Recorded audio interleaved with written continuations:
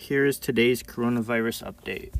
So experts worldwide are starting to suspect this is more like SARS than the regular flu, which a lot of people have been saying for a long time. There's reports that it may be mutating in China and Iran. Iran seems to have a very high death rate for the number of cases so far. There's scientists in Canada and China who are now saying that the incubation period for this is nearly a month long, and there's reports coming from autopsies in China that are showing severe organ damage from COVID-19, very similar to what SARS did. Even though World Health Organization is warning that this may quickly morph to be more deadly, and as reports from China and Iran are starting to emerge about a possible mutation, it's definitely looking worse than what we knew just even a week ago. There's also a new report out on the death of Li Wenliang, the 34-year-old eye doctor in China who first discovered it. You can see everything they did to try to save him, including antibodies, oxygen, and ECMO machine, and it still wasn't enough. So that's really worrying that this doctor from China who discovered it was only 34 years old. He had no previous symptoms, and he was healthy. He was a healthy doctor, and he knew about this, yet he still died with world-class medical treatment given to him. There's over 30 cases so far in Italy, including 2 deaths. The deaths were from 2 elderly people, so, at least it's not young people, which would be worse. But it's very worrying that there's about 150 people in Italy, including healthcare workers, under isolation. And this is much like what SARS did. It spread rapidly in hospitals. And Italy went from just a few days ago to 0 deaths, 0 cases, to 2 deaths and over 30 confirmed cases, with over 150 in isolation now. Italy is the first European country to have its own citizens on its land die of COVID-19. And as this happens, America and the CDC are preparing for a possible pandemic. The FBI has ordered over $40,000 of hand sanitizer, and America is now starting to take steps to prepare for this.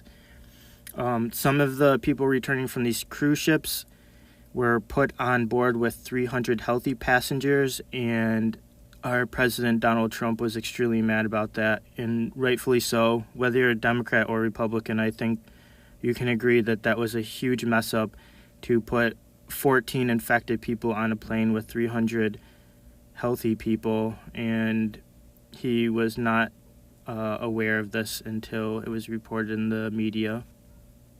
The World Health Organization continues to condone travel between Africa and China.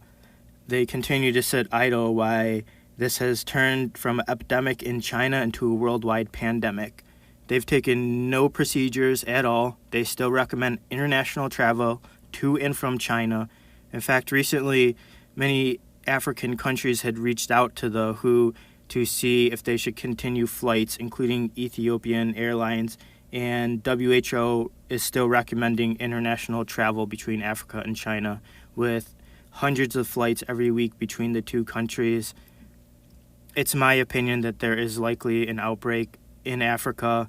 South Africa, Kenya, and Northern Africa are the places where Chinese usually fly to, and there's estimated to be over 1 million Chinese in Africa.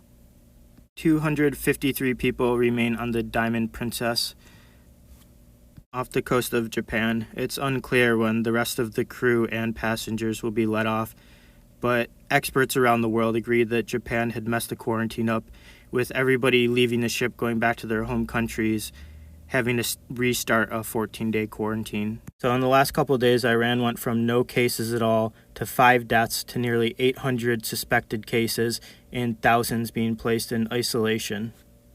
There are a lot of reports and rumors coming from Iran that the death toll is actually much higher than 5. Scientists and experts are starting to wonder if this has somehow mutated in Iran, making the death toll much higher and the fatality rate extraordinarily higher than the 2 to 3% that's being reported in Asia. In Ukraine, protests have erupted after the government brought back evacuees that are not confirmed cases and supposedly healthy back to Ukraine. Local villagers have thrown Molotov cocktails and severely injured one policeman. Because of the lack of responsibility and urgency from the WHO, more and more things like this are happening and people are losing trust in the authorities and WHO. North Korea has no reported cases, but rumors of burning bodies persist. Officially, South Korea has the most confirmed cases outside of mainland China. However, I suspect Iran may even have more than South Korea. We'll have to wait and see. Lebanon has 1 confirmed cases with several other suspected cases. The link appears to be Iran when somebody recently flew back from Iran to Lebanon. Japan has 12 new cases, bringing the total to 99 in the country, and nearly 640 confirmed cases from the Princess Diana cruise ship. South Korea's prime minister said they are in a grave situation with the virus spreading unchecked. And I've never heard of a leader of a country describe the flu as a grave situation. The mainstream media continues to lie to people, and it continues to be harder to find news that you can trust. In South Korea, they have over 9,300 people that they want to put into isolation, many of them from a cult where there was a cluster of cases. Authorities are having a little bit of difficulty tracking down nearly 10,000 people. So far, they've tested 253 of that 10,000. More than 4,400 people on the list are in self-isolation.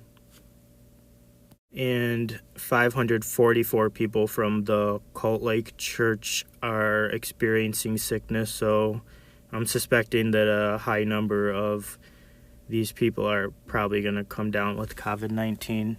Usually, as soon as you get over 50 cases, contact tracing becomes highly unlikely, as every person may have encountered dozens of other people and touched countless other objects and surfaces around the city, so it's highly unlikely that experts in South Korea will be able to track down and contact trace over 10,000 people right now.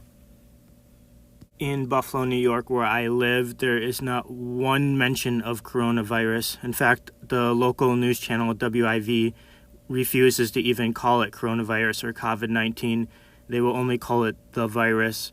For some reason, there's a gag order or something on news in Buffalo, New York. There is no stories coming out of Buffalo of any cases and no worldwide news on it at all.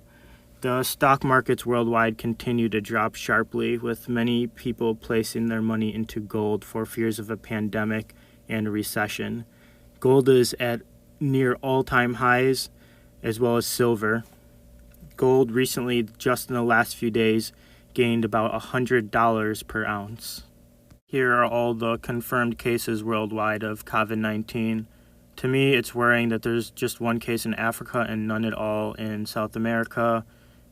There was somebody who flew from LA to Mexico a couple weeks ago with a confirmed case, and there was over 200 people who are Uber drivers or passengers who had contact with this guy in Mexico City, and not 1 case yet, so that is worrying.